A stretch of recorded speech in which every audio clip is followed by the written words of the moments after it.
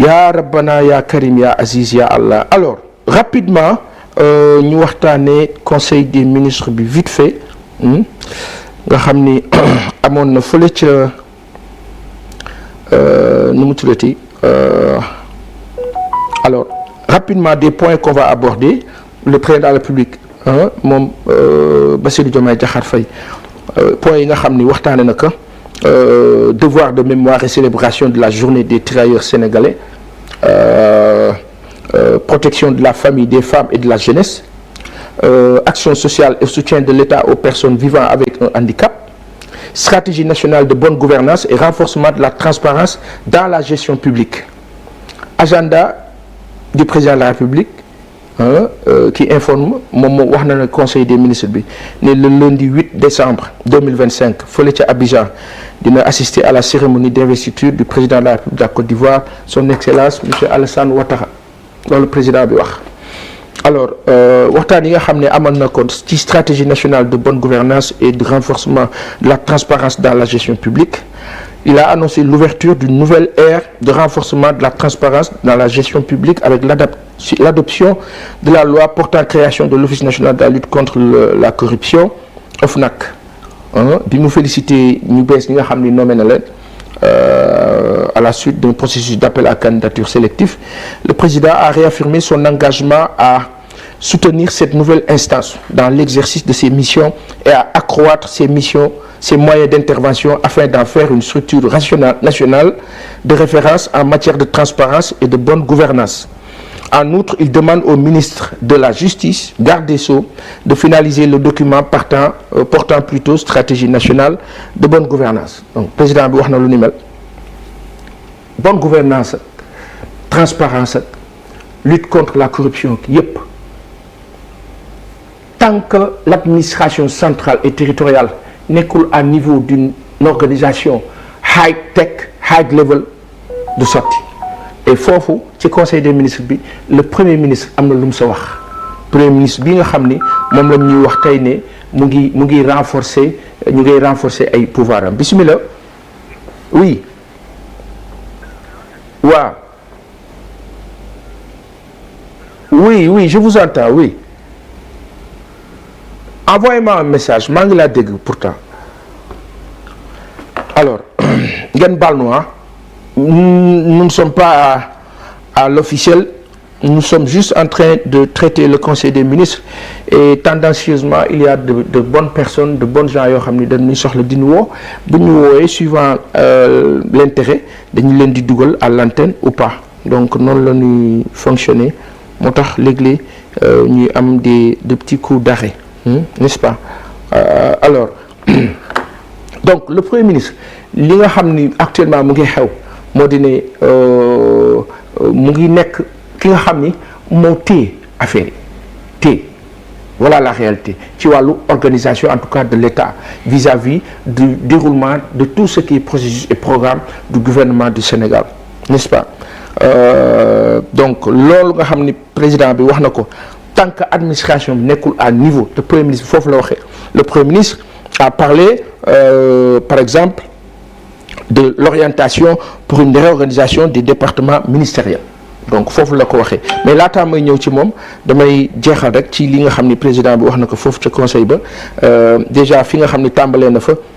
ginnaaw bi mu delloo ginnaaw un peu revenir sur la journée de la commémoration de la journée des tirailleurs donc féliciter na toute l'organisation gërëm na président Gambie vice-président Côte d'Ivoire président de l'Assemblée nationale République du Togo ak délégation étrangère yépp donc féliciter na gouvernement bi féliciter premier ministre féliciter ministre des forces armées ak comité de commémoration bi pour la bonne organisation et la rédaction de mémoire de l'exigence de justice sur ce massacre qui demeure ou demeure en tout cas des priorités de notre politique mémorielle. Alors président bi wax na ne que li xew ci wàllu Caaroy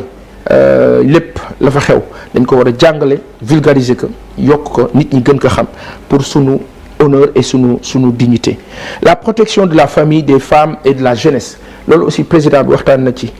socle de la stabilité sociale la ko tuddee. La protection de la famille constitue pour le président de la République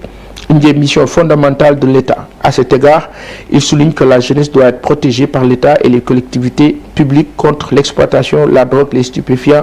l'abandon moral et la délinquance. Il demande de veiller à la santé physique et morale de la famille, en particulier des personnes en situation de handicap, des personnes âgées et des jeunes. Président bi mu ngi sàkku le droit à l'allègement des conditions de vie des femmes, notamment en milieu rural, l'amélioration de l'accès des filles à l'école et la protection des femmes et des jeunes filles contre les violences de toute nature. ci loolu le sàkko ci ministre bi nga xam ni moo yore famille, action sociale ak solidarité mu actualiser la stratégie nationale pour l'équité et l'égalité de genre et d'entreprendre la révision. L'égalité de genre loolu ngeen baal ñu kilifa yi l'égalité de genre je sais pas ban genre la mais ngeen baal ñu rek égalité de sexe, égalité des statuts etc. on peut comprendre mais l'égalité de genre monsieur le président ñi nga xam ne ñoo lay bindal parfois baax na nga bàyyi xel bu baax ci yenn termes yi ngeen baal ñu sans prétention humblement bu ñu limité itam ngeen wax ñu rectifier comme on dit, n'est-ce pas? Comme quand on dit que le Sénégal est traversé par le méridien de Greenwich, qu'on nous rectifie pour nous dire non, il n'est pas traversé par le méridien de Greenwich. Par ça, il faut dire que nous sommes alignés sur l'heure GMT du méridien de Greenwich. Kon nag ñu corriger foofu di gërëm ñi nga xam ne ñoo ñuy rectifier ndax ñun xamuñu matuñu dañuy waslu ak ngeen ñuy jox ñuy jottali du dëgg ñu waxaat ko fii Sénégal fi nga xam ni fa la président bi di waxee moo di ne dundu askan mu ngi reposé wu ci famille nan la ñuy def ba famille njaboot nekk nu mu kaa waxeeti ne bien nan la ñuy def ba njaboot bien pour que njaboot bien nag li mu laaj tax a bari njaboot dañ kaa dundal d'abord santé lay commencer yar ka éducation ca biir kër ga instruire que former que ca école ba ñett yooyu nag bu si nekk dafa war a yemb ça veut dire que tous ces secteurs doivent servir de paravent exister comme il faut pour que famille bi mën a dund correctement loolu nag liggéey bu sori te li kaa joxe koom lay doon koom nag koppar la koppar fu moo jógee ci ay ressources humaines yu bëri n'est-ce pas? Donc aujourd'hui le président wax na également face à l'urgence d'un renforcement des dispositifs législatifs et réglementaires d'encadrement et de protection des droits des enfants. Il a instruit la mise en place d'un observatoire national de protection des enfants, l'installation du Conseil consultatif des jeunes du Sénégal et la fonctionnalité des projets de maison de la jeunesse et de la citoyenneté. Loolu le président bi wax ca Conseil des ministres ba. Tudd na également l'action sociale et le soutien de l'État aux personnes vivant avec un handicap. Donc wax na ne que la journée internationale des personnes handicapées célébrée le 3 décembre 2025 mu ngi sàkku moom président bi la nécessité d'évaluer l'application intégrale de la loi d'orientation sociale et le dispositif de la carte d'égalité des chances. Ça renvoie un peu à li mu wax tout à l'heure il faut pourtant li ñuy wax nii yëpp suñu autorité di ñu ko wax mais soxlawul lu dul décision pratique. Il faut que souvent par exemple les bus de Dakar Dem Dikk ñu gis ne que effectivement handicapés yi am nañ ci wàll fii la ñuy jaaree pour mën a accéder nii la ñuy def pour teg seen ay bagages loolu soxlawul sax mënu kaa annoncer wala di ko énoncer c'est juste il faut le faire. Bari na souvent aussi loo xam ni suñu autorités yi dañu kaa wax mais dafay nekk toujours des discours carte d'égalité de chance dégg nañ ko ba tàyyi ci nguuru président Macky Sall on l'entend encore. Il y a le programme du PASTEF. Dans le programme du PASTEF tout y est inclus donc li ci des nag mooy maintenant dérouler parce que après les conseils des ministres aussi su fait que c'est en guise d'annonce et de pré-annonce et dans la réalité ñuy dund peut-être autre chose parfois ça gêne loolu aussi il faut qu'on le dise. Alors wàllu handicapé yi président bi sàkku na vraiment ñu taxaw ci comme il faut pour les mettre à l'aise à tous les niveaux, n'est-ce pas? La stratégie nationale de bonne gouvernance et le renforcement de la transparence dans la gestion publique. Le président annonce l'ouverture d'une nouvelle ère de renforcement de la transparence dans la gestion publique avec l'adoption de la loi portant création de l'Office national de lutte. Donc félicité na ñu bees ñi nga xam ñoo fa nekk etc. loolu nekk na li nga xam ne président bi waxtaane na ko ginnaaw nag donc protection de la famille, des femmes et de la jeunesse, action sociale, soutien état aux personnes vivant avec le handicap, stratégie nationale de bonne gouvernance et renforcement de la transformation, de la transparence plutôt dans la gestion publique. Son agenda président kàddoom foofu la tënk bi mu paree ki nga xam ne moo di premier ministre moo jël kàddu ci conseil des ministres ba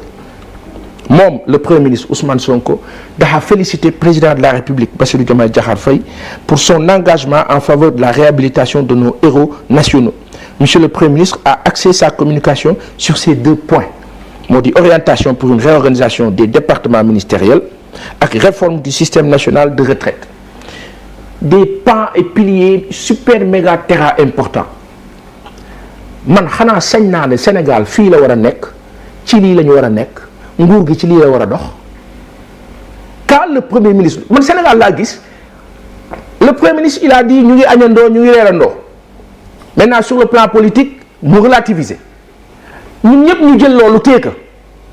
moom le premier ministre mu taxaw assemblée daan ne sénégalais yi il faut que ñu refuser débat yu ñàkk fayda yi leen di dugal. Il a dit nom de Dieu ñun ñu gëm loolu di doxee foofu que nu si génne dañoo xam ne am nga may kenn du nu si génne foofu la ñoo waxee ñun tolluwuñ ci jamonoy Macky Sall bi nga xam ni moom amatuñu woon choix fii am nañu choix nañu doxee choix bi na support média rajo télé di xëy di waxtaane réew mi di waxtaane les solutions parlons des solutions sachant qu'on connaît les problèmes. Pourquoi dans nos supports médias on ne parle pas des solutions? Pourquoi on ne dit pas aux gens lii bu ñu ko defee dinañ am lii bu ñu ko defee di nga am lii sénégalais boo duggee fii di nga am lii boo defee nii di nga am lii sénégalais bu nekk da nga war a fay impôt na ñëpp dem uti NINEA c'est facile APIX tu as ton NINEA tu as ton entreprise tu travailles état bi structuré la organisé la nga liggéey jël ristourne jox leen muy impôt moment bi nga xam ne amaguloo mën a goo fay nga góorgóorlu état accompagné la teg na des structures pour que nga bancable mu garantir la pour que ñu lebal la nga liggéey mais soyons à ce niveau-là te premier ministre moo taxaw assemblée le premier ministre Ousmane Sonko mu ne la sénégalais yi nekk foofu débat bi bu ci presse bi newul réseau yi newul ci ñoom ñu nekk foofu sauf que nag malheureusement vous autres chères autorités que ce soit le président de la République ou le premier ministre ou les membres du gouvernement suivant ce que vous nous dites hélas malheureusement la masse ci loolu laa sukkandiku moo tax seen ay kaddu lépp da ngeen ko war a seet ak minutie kaddu gu ngeen di génn rek da ngeen ko war a seetaat ko c'est capital et la presse qui doit être en faveur du sens positif malheureusement cette presse-là qui se sent délaissée dans un autre sens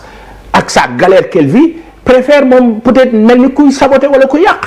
daal di ne man sama yoon nekku ci moo tax état moo di jël ensemble bi nag dugal ñëpp ci même moule bi et même mood bi ñëpp nag àndandoo mouvance travail loolu moo di dëgg et ci registre boobu le premier ministre bi nekk ci liggéey boobu justement il a abordé vis-à-vis de l'orientation pour une réorganisation des départements ministériels il dit considérant l'administration publique comme un pilier de la conduite du changement le premier ministre a appelé ou a rappelé son engagement à l'occasion de sa déclaration de politique générale en faveur du passage d'une administration bureaucratique à une administration moderne et performante loolu dëgg la le premier ministre Ousmane Sonko dafa sàkku ci administration bi bëgg ñu génn ci bureaucratie toog ci bureau yor ay këyit mais ñu nekk une administration sincère performante où tout est digitalisé où tout est honnête où tout est lisible et visible fii le Sénégal war a nekk et le premier ministre ce conseil des ministres il a abordé ainsi il a fait lui monsieur Sonko Ousmane le point des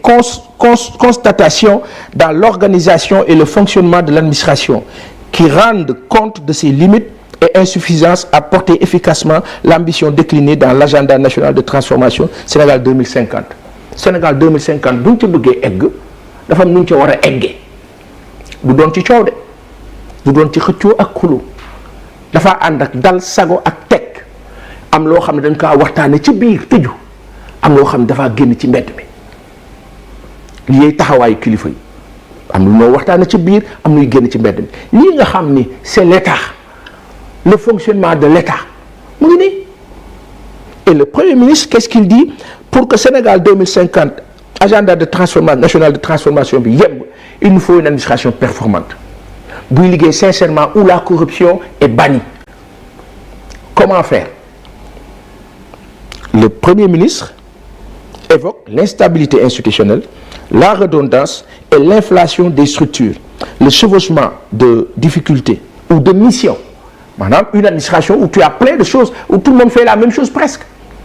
On prend le cas de beaucoup d'agences qui travaillent actuellement, ces agences-là, la pléthore d'agences qu'on a, mais Macky Sall ñëw continuer ko, le président Abdoulaye Wade moo ko fi indi. C'était des directions dans les départements ministériels. Direction préscolaire bi daanaka day exister, case tout petit nekk fii, c'est redondant, c'est ce qu'il dit le PM. C'est ce qu'il dit. Oui. L'instabilité institutionnelle, la redondance et l'inflation des structures, le chevauchement de missions, les conflits de compétences, la multiplication des centres de décision, les difficultés dans la coordination de l'activité ministérielle, le manque de consistance de certaines fonctions essentielles, les différences notoires dans l'architecture organisationnelle et les conflits de compétences. Ousmane Sonko a tout dit lors de ce Conseil des ministres vis-à-vis de cette administration qui nous fatigue. Ngeen baal nu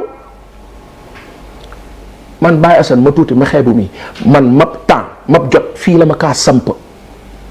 te bëgg ka bañ ka mu neex ka mu neexul ka si ànd ka si àndul ma maam da daan wax maa fu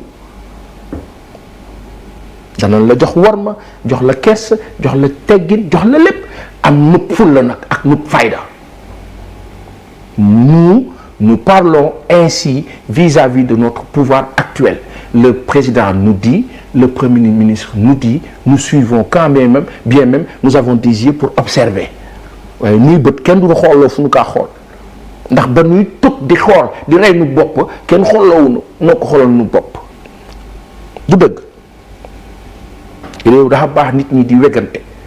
dafa am solo. Le Premier ministre li mu dénoncé nii expliqué nii ci conseil des ministres bi lu ci des pratique il est le chef du gouvernement su pratiquer yoon la su pratiquer wul yoon la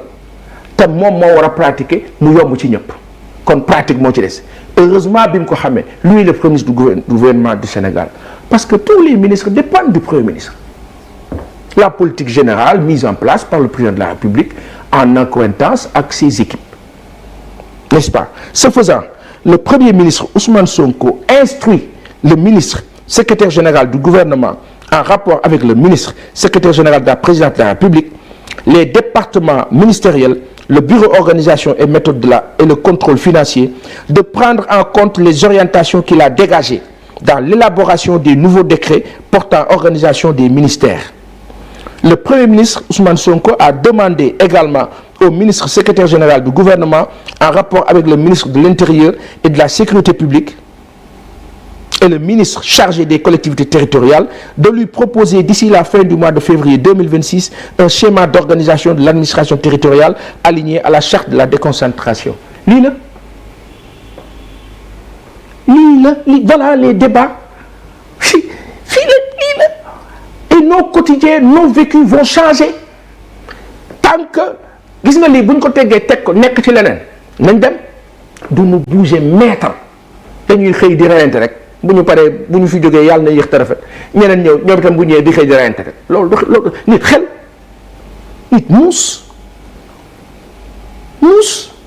ngeen baal nu le Premier ministre def na diagnostic bi par rapport à l'administration mois de février 2026 incha allah ñu indil ko la mu leen laaj mu déroulé nous sommes en décembre incha allah janvier février d'ici 2 mois carte gi leer mu xam fi mu jëm. nañ ko soutenir renforcer ko dans ce sens et non le soutenir à le diviser avec le président et vice versa parce que tey maar day si loolu su doon am non lu leer a war a tax muy am lu tege waaye pas suspicion dinañ ci accuser nit jàpp ci nit tëj ko ci suspicion njott nañu que waaw sama téléphone réer na njott naa ni diw la juge bi tëj ko loolu fa mu am résumé bi nga xam ni Premier ministre wax na ko mu jëm ci réforme du système national de retraite. Il dit en abordant l'état d'avancement de la réflexion stratégique engagée autour de la réforme du système national de retraite, après une analyse croisée des données il a souligné, lui, le Premier ministre Ousmane Sonko, la nécessité de mettre en place un système plus inclusif, mieux administré, financièrement solide et adapté au vieillissement de la population. Le Premier ministre, avec ses équipes, est en train d'anticiper sur notre vieillissement,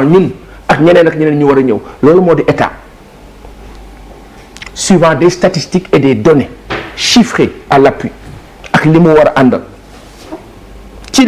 Le Premier ministre, il dit que les actifs de long terme et réserves techniques importantes de l'institution de prévoyance retraite du Sénégal, IPRES, peuvent constituer un levier majeur de financement endogène du plan de redressement économique et social PRES. Dans cette perspective, il a demandé au ministre de la fonction publique, du travail et de la réforme du service public et au ministre des Finances et du Budget, en coordination avec l'ensemble des parties prenantes, de produire dans un délai de 3 mois une feuille de route 2025-2028 articulée autour de 3 axes structurants: assainissement et sécurisation du système, élargissement de l'assiette contributive et orientation graduelle des investissements de l'IPRES. IPRES, alors tu dois dire la IPRES denc ci banque yi intérêt ya ca nek rek ca alal ken xamul nu mu toll. Lui, Premier ministre, inspecteur des impôts et domaines, il sait où se trouvent les niches. Xamna motax wax di lan wara wañi lijeenti business bi kiko xamul moy sunu problème, mais kiko xam mu déroulé yomb na. Aujourd'hui la réalité est que kilifa yi xam nañu fan la jafe-jafe yi nekk. Quand on entend M. Diba Cheikh Diba dire que actuellement la situation actuelle des finances du Sénégal, nga tok jékki-jékki ay banque ku nek naan la 200 milliards 100 milliards amel nga ñu nangam néna goor gu dul daw rek ku mëna dékku deug la waye xam-xam itam dana ko dékku sago ak dal moo di permettre xam-xam boobu dérouler. Te réew moo xam dañuy xëy ñu ñëpp la wax ratatata kasi nekk gàddu te nan bu nu yàlla baalu nuy bàkkaar du sotti. Dañuy xool nit tiimale fa jëmale fa te leeruñu moo tax dañu war a dal def attention looloo tax ñuy wax naan sunu autorité yi keroog PM wax na ci les mandats de dépôt la ca des on ne peut pas aujourd'hui jàpp ni tëj ko ba pare di xaar en preuve. La charge de la preuve incombe à l'accusateur. Mais sàcc nga jàpp sàcc ba pare ne ko waxal li nga sàcc bu ko defoon sax du la ko wax yow ko yaay ut sa xarañu bopp gëstu ba ne ko niip la main dans le sac bu boobaa wax ci jeex méttiwul. bi nga xam ne Premier ministre sàkku na lu ni mel ci wàllu retraité yi te ñuy fàttali retraité yi seen ay jafe-jafe ci jamono tolloon nañ fenn foo xam ne dañ daan fayeeku tardivement léegi dañuy fayeeku teel nguur gu bees gi la le président Bassirou Diomaye Diakhar Faye, le Premier ministre Ousmane Sonko, leur gouvernement. Pourquoi on ne parle pas de ça?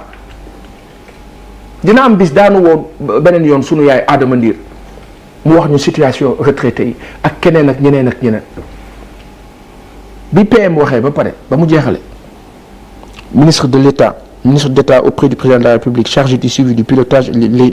l'évaluation de l'agenda national de transformation Sénégal 2050 def na communication